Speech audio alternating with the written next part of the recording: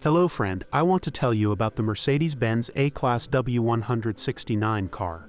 What engines were installed? The model range consisted of 3 petrol units belonging to the M266 family with capacities of 1.5 liters, 1.7 liters and 2.0 liters, and one 2-liter diesel from the OM 640 family.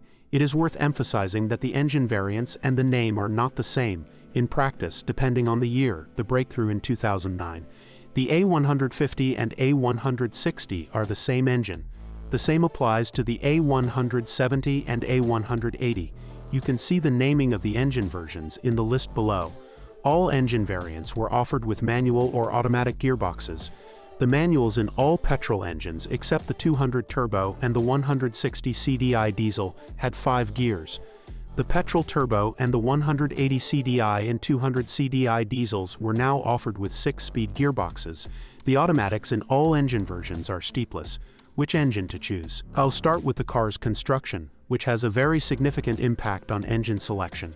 As I mentioned earlier, the car's floor has a double structure so that the engine can squeeze in between the floors. However, to actually fit there, it and the gearbox are tilted forward at a 56-degree angle. This means that the cylinder head is further forward, and the gearbox is outside the engine compartment itself, somewhere at the height of the bulkhead, closer to the passenger's feet. Unfortunately, this system makes repairs to the engine very difficult, especially for mechanics without experience with small Mercedes, while a specialized workshop will efficiently manage to lower the entire drive unit without disconnecting anything. A mechanic who has not dealt with this model may have a problem, which will cost a lot.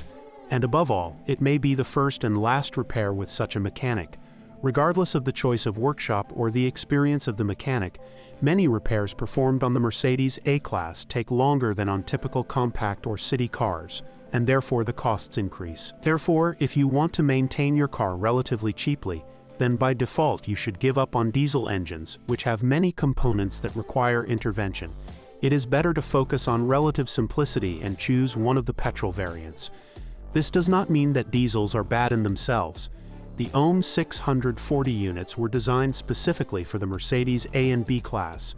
They have a fairly durable timing chain and relatively simple second-generation common rail injection, still with Bosch electromagnetic injectors. The turbocharger in the 160 and 180 CDI has fixed geometry, and in the 200 CDI variable geometry. Unfortunately, the units struggle with certain problems after longer mileages exceeding 200,000 kilometers. First of all, the EGR valve, which becomes heavily contaminated by the exhaust gas circulation system. Depending on the version, with or without DPF, the valves have a different design, but a common feature, heavy contamination, which causes loss of power. It is recommended to clean the valve every 2 or 3 oil changes, which of course, practically no one does due to the cost of the operation.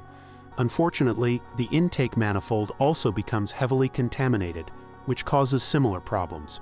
You should not ignore any symptoms of a cooling system failure that may underheat or overheat the engine. Often the problem lies in a non-functioning thermostat, and access to it is very problematic. Just as problematic is the replacement of the accessory belt, which should be done once every 100,000 kilometers. In general, the OM 640 unit is considered quite simple and durable, and the only complication in its service and repairs is the placement of the engine. In practice, therefore, you should expect a lot of neglect and repairs waiting for the buyer, which the previous owner put off until later. That is why I think that buying an A- class with a diesel is always a big risk, definitely bigger than in the case of classic cars. In addition, the game is not worth the candle because diesels do not burn particularly little. According to users, it is from 5.6 to 6.5 L, 100 km. The only advantage of these more powerful versions, 180 and 200, is good driving dynamics. Although petrol engines are placed in the same car as diesels, they cause much fewer problems due to their relatively simple design. It is worth emphasizing here once again that regardless of the capacity, the design of these units is the same.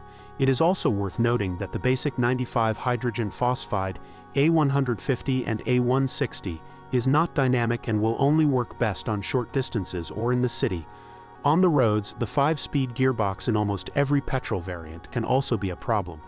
Like the diesel, the petrol engine also has a chain driving the timing, but not two, but one shaft. The 8 valves are hydraulically controlled. The fuel injection is indirect. However, this does not mean there are no problems. In cars with higher mileage, there are problems with starting, stalling, or loss of power. Most often, this means a failure of the fuel pump located in the tank or the pump relay located in the cabin. It is worth remembering to fill up with petrol if you use the car on LPG, because the pump is delicate and its failure can immobilize the vehicle despite its being equipped with an autogas installation. When buying a car with higher mileage, and especially equipped with an autogas installation, you have to reckon with failures of ignition coils, there are 2 of them, or ignition cables. Generally, petrol units are durable and quite reliable, and any problems with them result either from huge neglect or high mileage. You should not be afraid of cars with mileage above 200,000 kilometers, unless they are already equipped with an LPG installation. It is worth bearing in mind that the A200 version has a dual-mass flywheel, while the weaker ones do not. The cost of a petrol dual-mass flywheel significantly exceeds $500. Dual-mass flywheels for diesels are not much cheaper. That's why I think the optimal choice here is the 116 horsepower A180 version, which is the most powerful without a dual-mass flywheel. If you're buying an A200, it's best to immediately look for the fun-to-drive turbo version, which differs fundamentally only in the presence of a turbocharger, and accelerates to 100 km per hour in just over 7 seconds. Unfortunately, it's very rare, and the other petrol versions, including the A200, aren't very dynamic. The A-class petrol engines are not economical, but they are not very fuel-hungry either. According to the owners, they burn about 100 kilometers, and the turbo version needs more fuel. The most fuel-hungry conditions for the A-class are high speeds on the motorway. To sum up, in my opinion, the safest choice is the A170 or a 180 facelifted version, equipped with a 1.7-liter petrol engine with 116 HP and a manual gearbox.